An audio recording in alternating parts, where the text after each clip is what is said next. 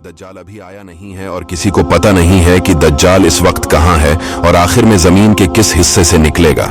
लेकिन पूरी इस दुनिया पर एक ऐसा सहाबी गुजरा है जिन्होंने दज्जाल को देखा भी है, इससे मुलाकात भी की है और इससे बातचीत भी की है।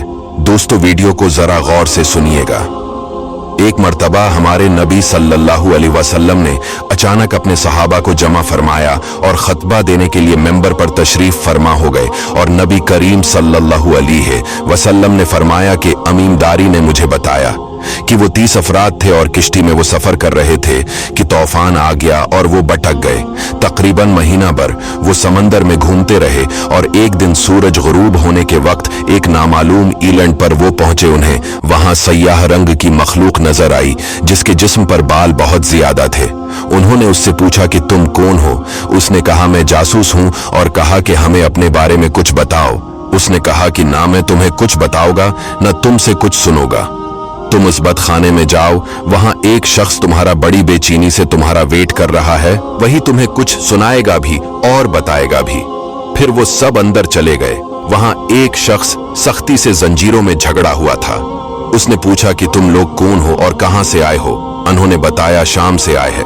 उसने पूछा अरब का क्या हाल है और एक शख्स वहां पैदा होना था, उसका क्या हाल है? यानी हमारे नबी अलैहिस्सलाम के बारे में पूछा। सहाबा ने बताया कि वो अच्छे हाल में है।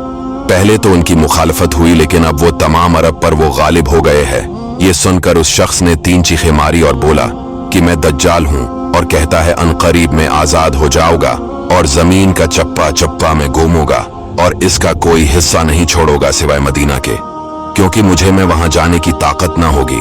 और एक रिवायत की रोशनी में ये बात भी कही जाती है कि दज्जाल को हजरत सुलेमान अलैहिस्सलाम ने कैद किया था। दज्जाल का फितना तारीख में एक बहुत बड़ा खतरनाक फितना है।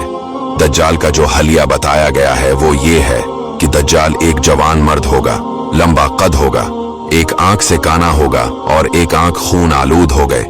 दज्जाल की पेशानी चौड़ी होगी और उसकी पेशानी पर लिखा होगा काफिर, जिसको हर मुसलमान पढ़ेगा और काफिर को नजर न आएगा। दज्जाल के निकलने से पहले दुनिया बहुत बुरी हालत में होगी। इसके निकलने से पहले 3 साल पहले इस दुनिया में खशक साली फैली होगी। दीन के मामले में लोगों में कमजोरी पैदा हो चुकी होगी। तब दज्जाल ईस्ट साइड से अस्बहान या खुरासान शहर से निकलेगा और जमीन पर 40 दिन रहेगा, जिनमें से एक दिन 1 साल के बराबर होगा, दूसरा दिन महीने भर के बराबर होगा और तीसरे दिन हफ्ता के बराबर होगा। इस मद्दत में दज्जाल अपने गड्ढे पर सवार होकर सारी दुनिया का चक्कर लगाएगा। दज्जाल के इन फितनों की वजह से अहले ईमान सख्त परेशान और तंगी के आलम में भागकर दुखान नामी पहाड़ में पनाह लिए हुए होंगे। लेकिन दज्जाल उनका पीछा करके पहाड़ का गैरा करेगा।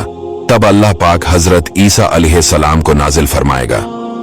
जब हजरत ईसा अलैहिस्सलाम इस दुनिया में आ जाएंगे तो उनको देखते ही दज्जाल ऐसे मेल्ट होगा जैसे पानी में नमक मेल्ट होता है। आप अलैहिस्सलाम दज्जाल को मकाम-ए-लित पर कत्ल करेंगे और उसके फॉलोअर्स में से किसी को भी जिंदा नहीं छोड़ेगा।